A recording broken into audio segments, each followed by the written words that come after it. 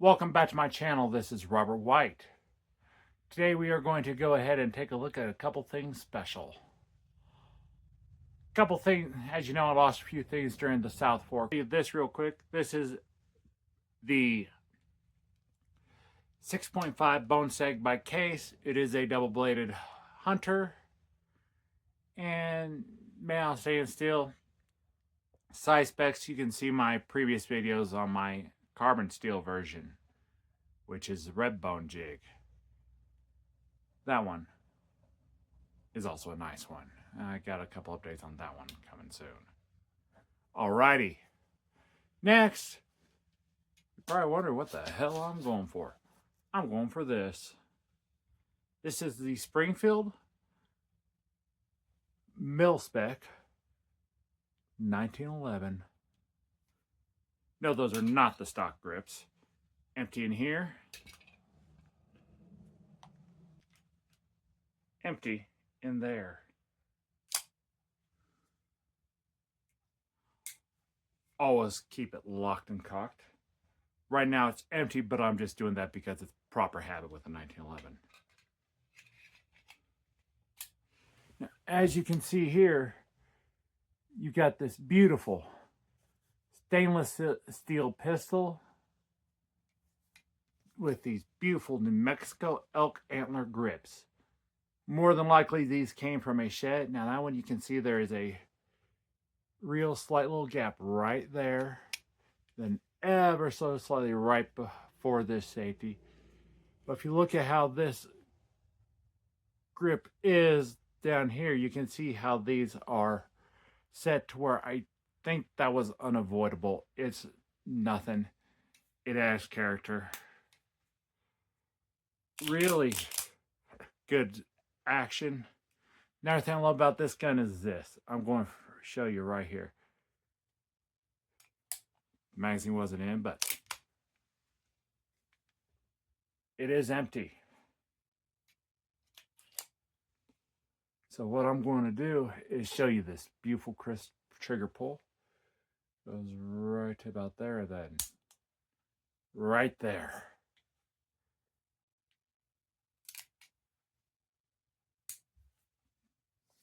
I went ahead and bought this one because my Kimber was destroyed.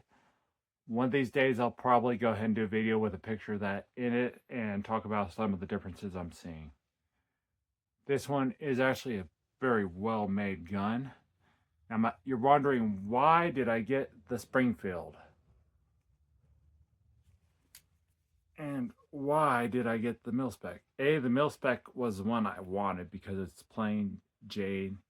I could kind of customize it. And it was just a very nice version of the A1 GI model. Now, as you can see here, by A1, that means it has this extended back strap right here, or mainspring housing. It's not the flat one, it's more the rounded. And if you look in there, it just really fits my hand much better. And it really is a very beautiful, beautiful pistol. And the other reason I went with Springfield, my dad had one. These suckers are accurate. I mean accurate. And the other thing is, this is a match grade barrel. Now, the GI originally were solid parkerized, which is a protective coating to keep it from rust. And also, as you can see, this one has a modern lowered fluted ejection. Now, I'm okay with that. I wasn't going for a true GI clone. Some companies, such as one out of Turkey called Tasos, do make a full clone of the Remington Rand A1, which is another one that served in the World Wars. This one is more of a ode with modernizations. That flared thing, that flared there, the barrel, stainless steel barrel ambushing, and this bushing is set perfectly to this barrel. I mean, not to mention, you can see there is no give. It is just a superb, superb pistol. Now, that being said, there are a couple things I'd also like to point out. Is if you look right there, the original GI had a much lower sight. These are much taller. And right there, if you look, you can see those white dots on both. Congratulations. You can see all three right there.